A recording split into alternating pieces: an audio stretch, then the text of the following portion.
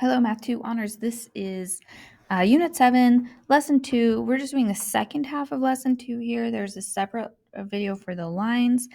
So this video is going to focus on absolute value functions, like the one right there. So before we start graphing absolute value functions, I want to work a little bit on evaluating absolute value functions. So we've got two functions here. Function f is the absolute value of x minus 5, and function g is negative 2 multiplied by the absolute value of x plus 1 plus 3. So we're going to evaluate those. So f of 2, so that means I want to substitute a 2 in for x in my function. So absolute value symbols work like a grouping symbol. So it means I need to perform this operation first inside. So 2 minus 5 is negative 3. And that's the number I will take the absolute value of. So the absolute value is not going to change that minus 5 to a plus 5. It's going to change that negative 3 to a positive 3. So this will be 3. Our next input is going to be negative 2. So this is negative 2 minus 5. So I need to, again, perform this operation right here first, and then I'll apply the absolute value. So negative 2 minus 5 is negative 7, and I'll take the absolute value of that result. So absolute value of negative 7 is positive 7. And let's go over and finish working with function g to this part right here, f of 10. If we substitute a 10, we need to evaluate this first. It's a 5, and the absolute value of 5 is 5. So absolute value doesn't change positive things. So this 5 that we had as a result of 10 minus 5, it didn't change. It just stays as a 5. Absolute value make negative things positive, and they don't change positive things. Okay, so let's try a function g of x. So we're going to substitute a 5 in to start. So negative 2 times the absolute value of 5 plus 1 plus 3. So if we think about this value inside of our absolute value, that's a 6. And the absolute value keeps that 6 as a 6. So what I have is negative 2 multiplied by 6 plus 3. So that would be negative 9. So g of 5 is negative 9. You can absolutely get negative numbers here. Sometimes people see absolute value symbol in a function and they assume that they can't get any negatives, but we definitely can get a negative value because we have this point in this function where we are multiplying by negative 2. So definitely some negative things can come up. Okay, let's do g of negative 5. So that would be negative 2 multiplied by absolute value of negative 5 plus 1 plus 3. Well, this is a negative 4. So this is the same as negative 2 multiplied by positive 4 because the absolute value changes that negative 4 to a positive 4 plus 3. And so we get a result of negative 5. So g of negative 5 is negative 5. Our last one here, g of 0, negative 2 times 0 plus 1 absolute plus 3. So 0 plus 1 is just 1. Whoops. So the absolute value of 1 is 1. So we have negative 2 multiplied by 1 plus 3. So this is 1. Okay, so I had you practice evaluating those absolute value functions because we're going to graph them now. We're going to start with the absolutely most basic absolute value function, just y is equal to the absolute value of x. We're going to look at what shape that is, and we'll graph a more complicated one second. So my function here is that I am just taking the absolute value of my x. So whatever I see in the x position, the x value input, I'm just going to make it positive. So the absolute value of negative 2 is 2. The absolute value of negative 1 is 1. The absolute value of 0 is 0. The absolute value of 1 is 1. The absolute value of 2 is 2. So if I plot those points, here's my first one. Here's my second one. Here's my third one. It's looking a lot like a line, but then when I go to the next one, 1, 1 is here, 2, 2 is here. So what the shape that we end up making is actually like a V shape. Because what happens is that this graph looks a lot like this function, y equals x. So y equals x is a diagonal line. Whoops, oh my goodness. Well, that's okay. Y equals x is a diagonal line like this.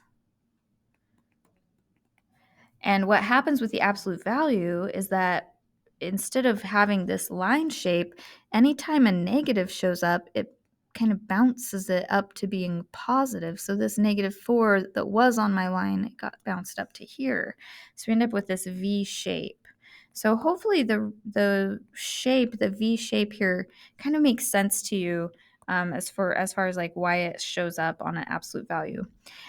This point right here is called the vertex of the graph. So it's that low point vertex of the graph. So we'll use that word vertex on a lot of our graphs. Okay, let's try a more complicated one. This one's going to require us to do some evaluating. So our first input is -2. So we have -2 times absolute value of -2 minus 1 plus 4. So again, evaluate the inside of that absolute value first, make it positive, and then perform the rest of the operators. So -2 times 3 is -6 plus 4 is, I believe, -2. And then we just want to keep doing that. We want to keep subbing in. So -1 is our next input value. So we'll substitute a -1 in here. This is a -2, but the absolute value makes that positive. And so we end up with 0 here. -4 plus 4 is 0. And our next input is 0. So we'll stick a 0 in for x.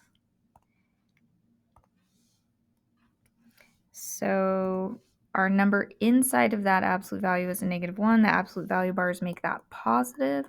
So we have -2 times 1 plus 4.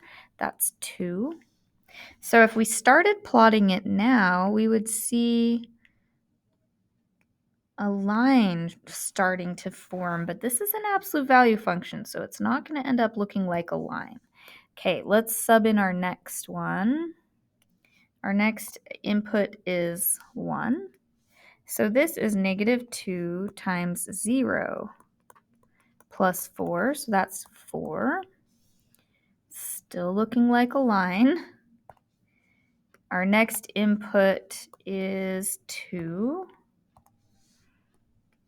So this is -2. 2 minus 1 is 1, so it's just a 1 plus 4. So it's a 2. And here's where we see our V starting to form. And our last one is we're going to substitute in a 3. So this is -2 times 2 plus 4, so we're back to 0. And we could continue that pattern and we could substitute more values in if we wanted to, and we would get this V-shaped graph. Now this time I'm saying V-shaped, but it's like an upside down V. And we still have a vertex, though. This point is called the vertex of that function. So absolute value graphs always have this V shape when you graph them. So our parent function, the most basic one, we usually call the parent function. It has a vertex of 0, 0. And we're going to talk about absolute value functions with the word slope. But when we're talking about slope, we've obviously got two different slopes happening here. We're going to always be talking about the slope on the right side of the V. So this slope is 1. This is the function that we graphed second, still an absolute value V shape. The vertex of this graph right here is the point 1, 4. And the slope, the right side is, looks like it's going down 2 over 1. So it has a slope of -2. So I want you to look at these two equations and see if you can see evidence in the equation of the vertex and the slope. So hopefully you can see those there, because this process of subbing in and creating a table is a very cumbersome process. I mean, we can do it. We could do it for every graph if we wanted to, but it's cumbersome. So it's nice to be able to look at the equation and see a faster way to graph it. So hopefully you're noticing that you can see the y value of the vertex. You can see the x value of the vertex, and you can see the slope. It's all there. It's all in the equation. So if you know what parts of the equation to look for, you can just graph straight away without it doing any substituting. So when we, so the first thing we're going to do when we're graphing absolute values is we're going to look at these 2 points, or sorry, these two numbers in the equation. We're going to look at the h value and the k value, and that's going to tell us our vertex or our starting point. Notice that the h here, it has a negative in front of it, so we see a sign change happening when we pull that h out of the function. A good way of thinking about it is that we're thinking about what x value gives us a 0 here. So we do see a sign change with the h. With the k, we don't see a sign change. It is the sign that you see in the function. And then once we have that starting point, once we mark that on our graph, then we can grab this number at the front and count off our slope, whether it's up or down. Okay, so first we just want to start by identifying the vertex, because that's our starting point, and then we will look at the slope and do some graphs. So for function f, so we need to come up with an x and a y value. Our x value is with the x. This is the one where we see a sign change, so it's going to be -7, -12.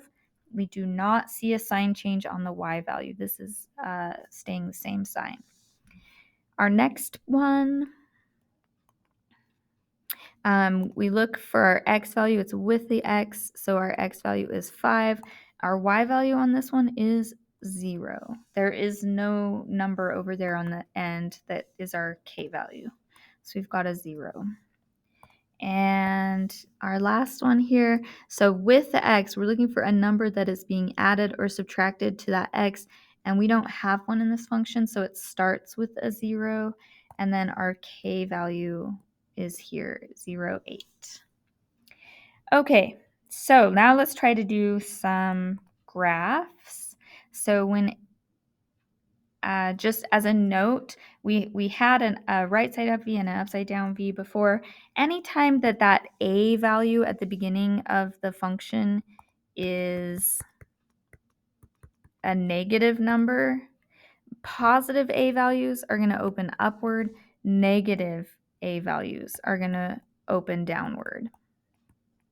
So, and that's because, remember, it's the right side of the graph. So if a is negative, our right side is going to go down, and that makes our V open downward. If a is positive, our right side goes up, and so our V opens upward. Okay, f of x is equal to -1/2 times the absolute value of x minus 2 plus 3. So we want to start with our vertex. So we've got 2 as our x coordinate and 3 as our y coordinate. Again, the x coordinate changed signs based on what we saw in the equation, and the y coordinate did not. So our vertex is here at 2, 3, and then we can look at that number in front. That's going to tell us the stretch or the slope of our absolute value graph, and that is the right hand side. So down 1 over 2, down 1 over 2, and you're going to the right. To get the left side of the V, you do that in the backwards direction. So we're going down 1, back 2, and that gives us our V shape. So this absolute value graph opens downward, and then we would have a maximum value And the maximum value is the highest value on the graph. Remember, we use a y value for maxes and mins, and so that maximum value is 3. Okay, next graph. It's the absolute value of x plus 4 minus 2. So we start with that vertex. This one has a vertex at -4, positive 2. So remember, we do a sign change. You know, our equation has the negative here, so we have a sign change happening. So -4, 2. Oh, sorry, -4, -2. Sorry, getting really ahead of myself. -4, -2. And here's our vertex. And the slope, we look for something in front of the absolute value. I don't see anything. That means my slope is 1. So from here, up 1 over 1. Could do that all the way. And then we do the other side of the V.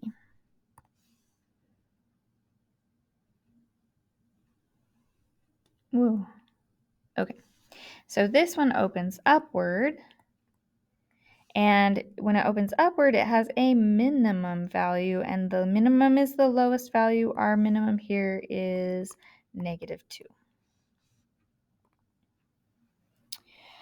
Okay, next graph. F of x equals 3/2 absolute x minus 1 minus 5. So our vertex is at +1, -5. So +1, -5, we're down here. And our slope is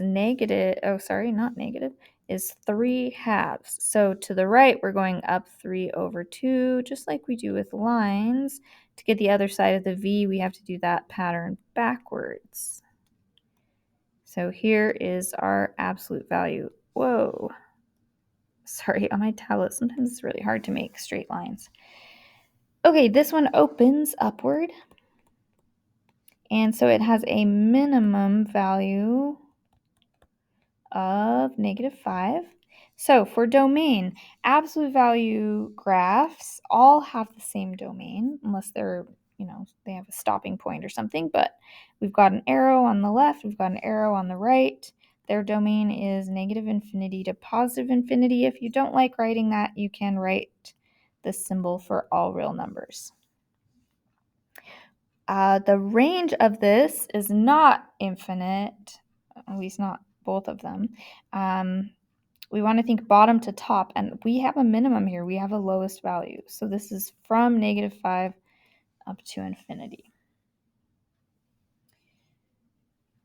Okay, last graph. So we've got f of x is equal to negative absolute value of x plus 4. So our vertex, we don't have a number that's being added or subtracted to that x. So our vertex is at 0, 4, right here.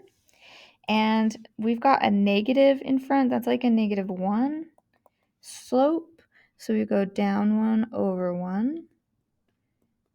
So this will be the right side of the V. And now we just need to reflect back to get the left side of the V. And we'll draw that in. So this one opens downward and has a maximum value of 4. Make sure for mins and maxes that you're using the y values. So the domain of this function is, I've got an arrow to the left, I've got an arrow to the right, so it's -infinity to infinity, or you can use that all real number symbol. The range of this, I want to do bottom to top. Well, those arrows on each side are going to go down forever and ever and ever. So my range is from -infinity up to that vertex of 4. Do make sure that you use y values for the range, not x values. Okay, and then just one last thing is, can we do that process backwards? If I show you a picture of the graph, can you write the equation of the function? So you want to start by looking at and grabbing that vertex point. So our vertex is at 5, -1. And so that is going to go into the equation in those appropriate spots. And then we also need to look at the slope of our V shape. You always want to count the slope on the right side. This one just has a slope of 1. And so that will go here. When your slope is 1, you don't have to write it there. You can, it's not wrong if you do, but it's just not necessary.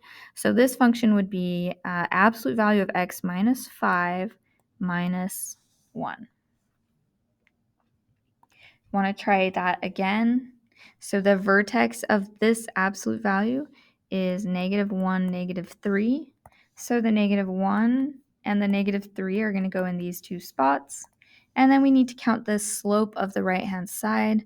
And this is going down 3 over 2. So -3/2 slope. So if you want, you can use f of x, you can use y when you're writing these. Either one, whichever one you like is fine. So I'm subbing in a -1 right here. So this is going to be x plus 1 and then minus 3. So this is the function for the graph right there. Last one. This one has a vertex right here at -2, 0. So we're not going to have a number added at the end. And the slope of this, it's going up 1 over 4, so 1/4 slope. So our function is 1/4 absolute x plus 2, and we don't have a number at the end. We don't have a plus 0. You could write it. It's not incorrect if you wrote plus 0, but it's just not necessary. All right, well, that is it for absolute values. Let me know if you have any questions. It's the back side of the assignment in your packet. Thanks so much.